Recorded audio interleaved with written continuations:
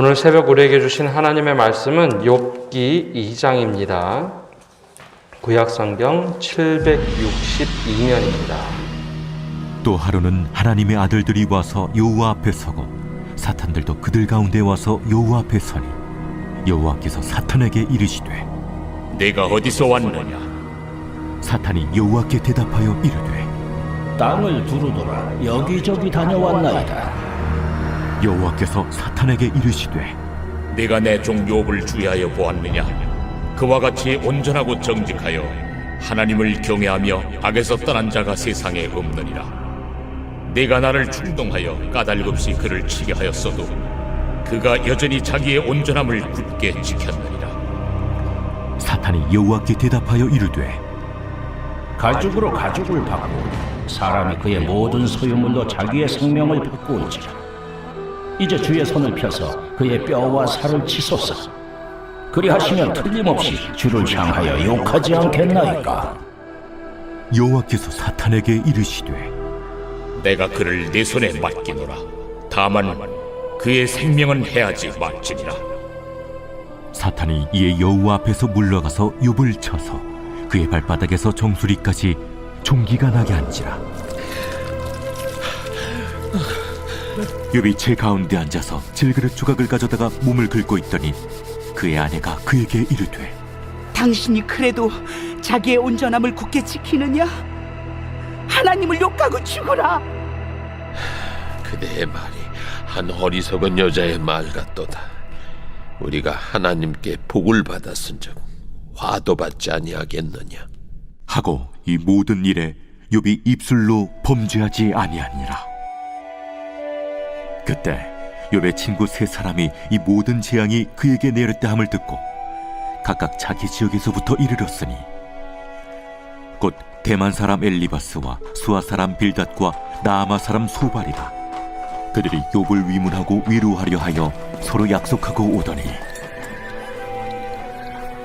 눈을 들어 멀리 보매 그가 욥인 줄 알기 어렵게 되었으므로 그들이 일제히 소리질러 울며 각각 자기의 겉옷을 찢고 하늘을 향하여 티끌을 날려 자기 머리에 뿌리 밤낮 7일 동안 그와 함께 땅에 앉았으나 욥의 고통이 심함을 보므로 그에게 한마디도 말하는 자가 없었더라. 오늘 이 새벽에도 하나님의 은혜와 평강이 우리와 함께하기를 소망합니다. 우리가 하나님을 믿는다고 하는데 어떤 하나님을 믿고 있을까요? 믿음이라는 내용이 도대체 어떤 것일까요?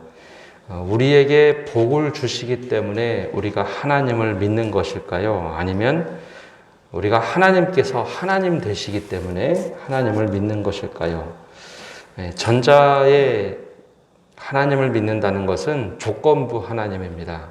하나님께서 우리에게 복을 주시면 우리가 하나님을 믿겠습니다 라고 하는 것은 조건부 신앙입니다. 하나님을 믿으면 복 받는다. 너무나 당연한 것 같지만 이 관점이 복에만 맞춰져 있으면 복을 주시기 때문에 내가 하나님을 믿는다라고 할 수 있죠. 이것은 예수님을 믿으면 병고침을 받을 수 있다. 예수님을 믿으면 물질이 많이 생긴다. 라는 조건부 하나님을 믿을 수 있습니다. 지금도 그렇고 욥이 살던 시대에도 많은 사람들이 그렇게 하나님을 이해를 했습니다. 무조건 다 잘못됐다라고는 할 수는 없지만 이런 신앙관을 가지고 있으면 신앙이 어느 일정 부분 잘하다가 더 이상 잘하지 못합니다. 왜냐하면 그 조건이 사라지면 과연 우리가 하나님을 믿을 수 있을까라는 질문을 갖기 때문이죠. 또 다른 것은 그런 조건이 사라지게 되면 우리는 하나님 믿는 것, 이것을 다르게 생각하게 됩니다. 이 조건을 다 주어지는 존재가 따로 있다면 우리가 하나님을 믿지 않고 때로는 물질을 믿을 수도 있고 사람을 믿고 살아갈 수도 있기 때문이죠. 복을 주는 존재가 돈이 된다 하면 이스라엘 백성이 출애굽하고 가나안 땅에서 이방신을 믿었던 것과 크게 다르지 않습니다. 과연 어떤 것이 바른 믿음인가? 오늘 말씀에는 바로 이 질문을 또 구체적으로 던지고 있습니다. 욥기 1장과 2장은 반복되는 이야기가 있는데 그 중에 하나가 온전함이라라는 말입니다. 욥이 온전함을 지켰다. 바로 여러 조건들이 사라졌음에도 온전함을 지켰다. 근데 사탄은 물어봅니다. 까닭 없는 믿음은 없습니다. 히브리어로 흰남이라고 하는데요. 까닭이 있기 때문에 욥이 믿는 거 아닙니까? 라고 하는 사람들의 보편적인 생각을 담아서 사탄은 우리에게 늘 도전을 합니다. 하나님을 믿는 이유가 까닭이 있어서 하나님을 믿는 거 아닌가? 욥에게 하셨던 것처럼 물타리를 쳐서 재산을 보호해주고 어떤 조건을 다 맞춰주니 사람들이 그렇게 믿는 것 아닌가? 사탄은 계속해서 까닭이 있기 때문이다 라고 이야기하고 하나님께서는 욥을 보시며 그 까닭이 없어도 이유가 없어도 순전함을 지켰던 욥의 모습이 있다라고 말씀을 하고 계십니다. 이런 세계관을 가지고 있던 시대에 바로 1장에서 하나님의 어전회의가 열리죠. 천사들도 모이고 사탄도 모였습니다. 그때 사탄이 이리저리 다니다가 하나님께서 욥을 칭찬하시자 그때 질문 던졌던 것이 이겁니다. 까닭 없이 하나님을 경외하리까? 이유가 있기 때문에 욥이 그렇게 경건해 보이는 겁니다. 까닭을 제거한다면, 조건을 제거한다면 그도 무너지겠죠. 그래서 인간 욥은 하나님께서 허락하신 재물, 재산, 그리고 자녀라는 소유물이 있기 때문에 그렇습니다. 까닭이 분명하게 있습니다. 그때 하나님께서 사탄에게 허락하시며 그래 그럼 그 조건을 제거해 보아라. 네가 원하는 대로 해봐라. 그럴 때 실제로 이 사탄이 가서 이 조건, 까닭이라는 이유들을 제거합니다. 그때 욥이 믿음에 있어서 흔들리지 않고 그런 고백을 합니다. 이 몸이 적신에서 나왔은즉 하나님께서 하나님이 되신다라는 고백을 하죠. 이 모든 것이 하나님 거. 주신 자도 하나님이시오, 취하신 자도 하나님이시다라는 고백을 합니다. 그래서 그러자 이제 두 번째 이야기가 시작되는 것이 바로 오늘 2장의 말씀입니다. 다시 천상에서 어전회의가 열립니다. 이때 동일하게 하나님의 아들들도 사탄도 함께 섰습니다. 근데 이번에는 먼저 하나님께서 물어봅니다. 2절에 보면 여호와께서 사탄에게 이르시되 내가 어디서 왔느냐? 사탄이 여호와께 대답하여 이르되 땅을 두루 돌아 여기저기 다녀왔나이다. 사탄의 상대는 욥만 있는 것은 아닙니다. 모든 사람들이 사탄의 대상이고 목적입니다. 두루 돌아다니며 삼킬 자를 찾고자 여러 곳을 다니며 여기저기 돌아봤다라고 하죠. 이 조건, 까닭이라는 이유를 사람들에게 없애면 많은 사람들 가운데 의심이 들어오기 시작을 했습니다. 내가 하나님을 믿을 수 있는 것인가? 믿음이 흔들릴 수 있다는 것을 사단의 지혜로 꿰뚫어 보았기 때문에 욥뿐만 아니라 다른 많은 사람들에게도 하나님께서 주신 이 조건들을 제거하면서 사람들을 흔들어 놓았죠. 그래서 땅을 두루 다니며 여기저기 돌아다녔다라고 사탄이 이야기를 합니다. 그러자 하나님께서 욥이 어떤 고난을 당했는지 다 아시고 나서 욥을 이렇게 평가합니다. 그는 온전하고 정직하여 하나님을 경외하며 악에서 떠난 자가 세상에 없느니라. 온전했다라는 표현을 또 쓰시죠. 예전 개역성경에는 순전했다라고 합니다. 이 순전함을 지켰던 이 히브리어로는 투가라고 하는데요. 이 순전함을 지킨 사람, 이 조건이 없어도 진정한 믿음은 이것이다라고 욥을 칭찬합니다. 근데 사탄의 생각이 그렇게 단순하지만 않습니다. 사탄은 우리의 연약한 부분을 너무나 잘 알고 있습니다. 때론 내가 강점이라고 생각되는 부분 한 곳을 쳐서 무너뜨리기도 하지만 우리가 어떤 상황에서 어떤 연약함이 있는지 너무나 잘 알고 있습니다. 그래서 사탄은 이야기합니다. 그래도 까닭 없이 하나님을 경외할 수는 없습니다. 첫 번째는 소유물에 대한, 그러니까 사람이 가지고 있는 것에 대한 것을 쳤다면 두 번째는 다시 사탄이 욕을 합니다. 분명히 주를 향해서 욕을 할 수 있는 존재인데 4절에 가죽으로 가죽을 바꾸니 사람이 그의 모든 소유물로 자기의 생명을 바꾸올지라. 이 당시 이제 민담을 사탄이 이야기한 건데요. 동물의 가죽을 팔아서 사람들이 돈을 얻고 그것으로 생명을 유지했던 시대입니다. 따라서 바로 그 이야기를 하는 겁니다. 지금까지는 소유물을 건드리셨다면 그 사람의 생명이 직접 담겨 있는 육체를 직접 건드리면, 건강을 뺏으면 그가 분명히 하나님을 욕할 겁니다. 무슨 얘기인가 하면 까닭이라는 조건, 이유를 건드리면 사람이 하나님을 믿을 이유가 없습니다. 바로 이 사탄이 사람들을 너무나 잘 꿰뚫어 본 것이죠. 실제로 사탄은 사람의 욕망을 잘 알고 있습니다. 어떤 욕망의 부분을 건드리면 사람이 흔들린다는 것을 잘 알고 있죠. 그래서 하나님을 믿고 살아가는데 이 조건을 없애버리면, 우리 입에서 때론 이런 얘기를 합니다. 하나님 도대체 나에게 왜 이러십니까? 다른 사람 다 말고 왜 나에게만 이런 일이 생깁니까? 하나님께 원망을 하게 만들기도 하며 하나님으로부터 멀어지는 의심을 불어넣는 것이 사탄이 하는 일이죠. 사탄은 욥이 행복하게 살았던 가족, 그리고 재물, 재산, 이 모든 것들 소유를 없앴다면 이번에는 직접적인 건강, 즉 사람의 영혼을 담고 있고 정신을 담고 있던 육체를 건드리자라고 하나님께 제안을 합니다. 그렇다면 분명히 욥은 하나님을 욕할 것입니다. 그래서 하나님께서는 이번에도 까닭 없이 사탄의 이야기를 듣고 사탄에게 허용을 했다면 6절 말씀에도 그래, 그러면 욥이 얼마나 순전한지 한번 보자 하면서 여호와께서 사탄에게 이르시되 내가 그를 내 손에 맡기노라. 다만 그의 생명은 해하지 말지니라. 여기서 말한 생명이란 것이 하나님께서 사람을 지으시고 생명이 되었다라는 그 온전한 몸을 말합니다. 그것은 절대 건드리지 말아라. 그래서 사탄이 신이 나서 이 땅에 내려와서 욥을 쳤습니다. 발바닥에서 정수리까지 종기가 나게 했는데, 사실 이 종기라는 것 표현했지만 어떤 병인지는 알 수가 없습니다. 이것이 아브라함 전 시대의 배경으로 한 말씀이기 때문에 아마 학자들은 이것이 나병과 같은 것 아닌가, 하나님께 저주를 받았던 그 나병이 걸렸던 건 아닌가라고 학자들은 추정을 하는데요. 단지 나병에 걸려서 온몸이 막 너무 가렵고 어려워서 돌조각으로 몸을 벅벅벅 긁어도 이 가려움증이 사라지지 않는 그런 병이었던 것 같습니다. 그럼 이게 단지 육신의 모습만 어려웠을까? 그것은 아니고요. 아마 동네에서, 가정에서 쫓겨났을 겁니다. 이 전염병이 생기면 이스라엘 사람들은 동네에서 사람들을 쫓아냈습니다. 전염병이 옮을까봐. 그래서 몸을 벅벅벅 긁고 있을 때 9절에 보면 그의 아내가 이렇게 말합니다. 당신이 그래도 자기의 온전함을 굳게 지키느냐? 하나님을 욕하고 죽으라. 이게 아내가 사탄이란 얘기는 아니고요. 사탄이 아내를 통해서 말을 하고 있는 겁니다.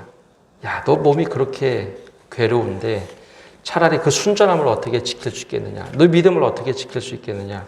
차라리 하나님을 욕하고 죽으라 라고 사탄이 아내를 통해서 그렇게 유혹을 합니다. 근데 여기서 한 가지 우리가 기억해야 할 것은, 우리 믿음을 흔들게 만드는 존재는 먼 곳에 있는 것은 아닙니다.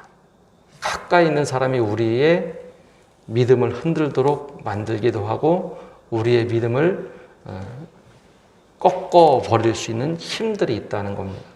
우리는 먼 데 있는 사람들이 우리의 믿음을 흔들 수 있다 생각하지만 그렇지 않습니다. 때로는 가까이 있는 사람, 때로는 내가 사랑하는 사람을 통해서도 우리의 믿음을 흔들어 버릴 수 있습니다. 그 사람의 믿음이 좋건 나쁘건 그것은 중요하지 않습니다. 믿음이 아무리 좋은 사람도 우리의 믿음을 송두리째 흔들 수 있는 상황이 될 때가 있습니다. 사탄이 들어가서 유혹을 하는데 그 유혹이 때로는 내 마음을 동요하게 하고 어렵게 할 수 있다는 것이죠. 아내가 나쁘다, 좋다, 보통 여기에 포커스를 많이 맞추는데 그것보다는 가까이 있는 사람이 우리에게 신앙의 이야기를 함에도 불구하고 우리의 마음을 쓰러뜨리거나 때로는 하나님으로부터 멀어지게 할 수 있다는 것을 염두에 둬야 합니다. 근데 아내가 했던 이야기가 사탄이 했던 이야기와 크게 다르지 않습니다. 너 그렇게 순전함을 지킬 수 있느냐? 몸이 그렇게 아픈데 차라리 하나님을 욕하고 죽으라. 이 사탄이 했던 이야기하고 똑같지 않습니까? 하나님께 얘기할 때 까닭 없이 하나님을 경외할 수 없습니다. 만약에 이 조건이 맞지 않는다면 분명히 하나님을 욕할 것입니다 라고 했던 것, 아내에게 들어가서 이렇게 유혹을 하죠. 그런데요, 욥이 신실함을 잃지 않습니다. 그러면서 이렇게 이야기를 하죠. 아내에게 이런 얘기를 합니다. 10절에 그가 이르되 그대의 말이 한 어리석은 여자의 말 같도다. 우리가 하나님께 복을 받았을 즉 화도 받지 아니하겠느냐 하고 이 모든 일에 욥이 입술로 범죄하지 아니하니라. 아내에게 막 비난을 했던 것은 아닙니다. 시편의 말씀을 보면, 시편 14편에 보면 어리석은 자에 대한 규정이 나오는데요. 어리석은 자라는 것은 하나님에게서 떨어져 나가 제 스스로 삶을 꾸려나가려는 사람들을 지칭해서 시편 14편에 어리석은 자라고 합니다. 지혜가 없어서 어리석은 자가 아니라 하나님 없이 살아가려고 하는 그 사람들을 시편 14편에는 어리석은 자다. 잠언에도 하나님을 경외하지 않는 사람들을 어리석은 자라고 표현합니다. 그러니까 이 욥이 그렇게 고통스러운데 아내가 그 이야기를 했을 때 버럭 화를 내거나 다른 얘기를 한 것이 아니라 왜 어리석은 여자처럼 얘기를 합니까? 우리가 하나님께 복을 받았다면 화도 받는 것이 당연할진데 하면서 믿음을 잃어버리지 않고 입술로 고백을 합니다. 이것이 바로 욥이 가졌던 순전함입니다. 우리가 믿음을 우리가 어디 두느냐? 조건에 두면, 조건이 사라지면 믿음이 흔들리게 되어 있습니다. 하나님 위에 믿음을 두고 말씀 위에 믿음을 뒀을 때 내 조건이 바뀌고 상황이 바뀐다면 이것 때문에 믿음이 흔들리는 것이 아니라 주님, 이것이 어려워졌습니다. 다시 주님께로 돌아가서 하나님, 내 상황이 너무 어려워졌는데 하나님, 이것들을 우리에게 채워주십시오 라고 기도하는 것이 옳은 것이지, 이 조건이 바뀌었다고 조건 위에 믿음을 두어서 흔들려서는 안 된다라는 것을 오늘 욥기 2장에 우리에게 도전을 합니다. 이 소식이 사방에 퍼지자 세 명의 친구들이 곳곳에서 찾아옵니다. 욥과 믿음 생활을 같이 했던 선견자라고 불렸던 친구들, 이 세 명의 친구들이 서로 약속을 하고 욥을 찾아옵니다. 이제 계속해서 말씀에 등장하는 세 명의 친구는 대만 사람 엘리바스, 수아 사람 빌닷과 나아마 사람 소발입니다. 어떻게 하면 위로할 수 있을까? 어떻게 하면 이 욥에게 격려할 수 있을까? 멀리서 찾아오는데 멀찌감치 해서 욥을 봤습니다. 근데 욥의 겉모습이 자신들이 알던 모습과 너무 다른 겁니다. 나병인지 종기가 나서 그런지 완전히 피폐해진 핏덩어리와 같은 욥을 보게 되죠. 그래서 달려와서 울며 몸에 티끌을 날렸다라는 것은 어떻게 하는가 아주 애통해하는 최고의 표현을 씁니다. 그렇다고 몸을 만질 수는 없고 멀찌감치 애통해하죠. 근데 이 애통함이 그냥 단지 한 번에 끝난 것이 아니라 일주일 내내 애통함을 갖고 있는데 차마 말조차 걸을 수 없을 만큼 욥의 몸이 너무 형편이 없는 겁니다. 그래서 욥이 당하는 고통을 보면서 야, 너 괜찮냐? 라는 말 한마디도 못하고 7일 동안 옆에 있어주죠. 아무 말도 붙이지 못합니다. 근데 차라리 이 뒤에 말씀을 보면 위로라고 하는 것이 꼭 말로 해서 위로인가?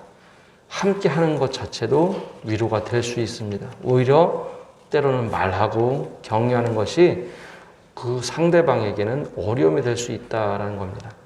오늘 말씀을 마지막으로 요약해 보면 오늘 말씀에는 까닭이라는 이유가 사라졌을 때 우리가 과연 순전함을 지킬 수 있는가? 온전한 믿음을 지킬 수 있는가 하는 믿음의 질문을 던지고 있는 것이 오늘 본문입니다. 그리고 욥기 전체에서는 이 까닭이라는 이 이유가 욥기 전체에서 흘러가는 밑에 깔리는 말씀입니다. 그래서 야, 너 잘못한 이유가 있어서 벌 받는 걸 거야. 까닭이 있는 걸 거야. 하는 이야기를 계속해서 합니다.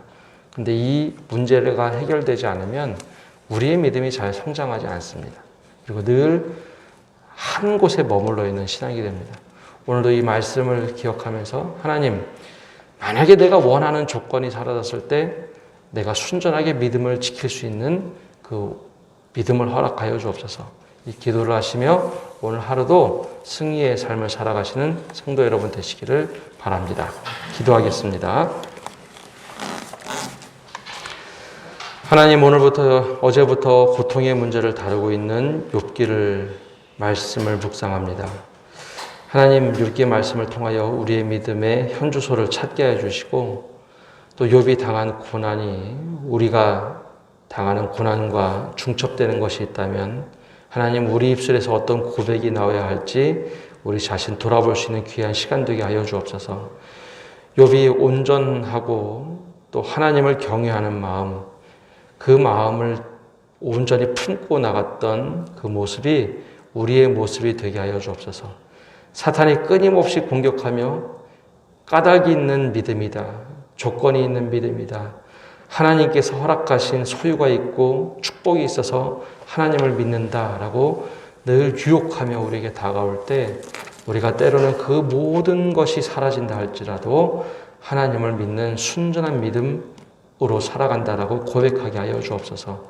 그래야 욥의 고백이 우리의 동일한 고백이 되게 하여 주시고 우리가 어리석은 자가 아니라 슬기로운 자로 살아갈 수 있는 믿음을 갖고 살아가는 저희들에게 축복하여 주옵소서. 오늘 하루도 주님께 모든 것을 맡겨드립니다. 이 어수선하고 위기의 시대 우리가 순전한 믿음 갖고 살아갈 수 있도록 힘을 주시옵소서. 예수님의 이름으로 기도합니다. 아멘.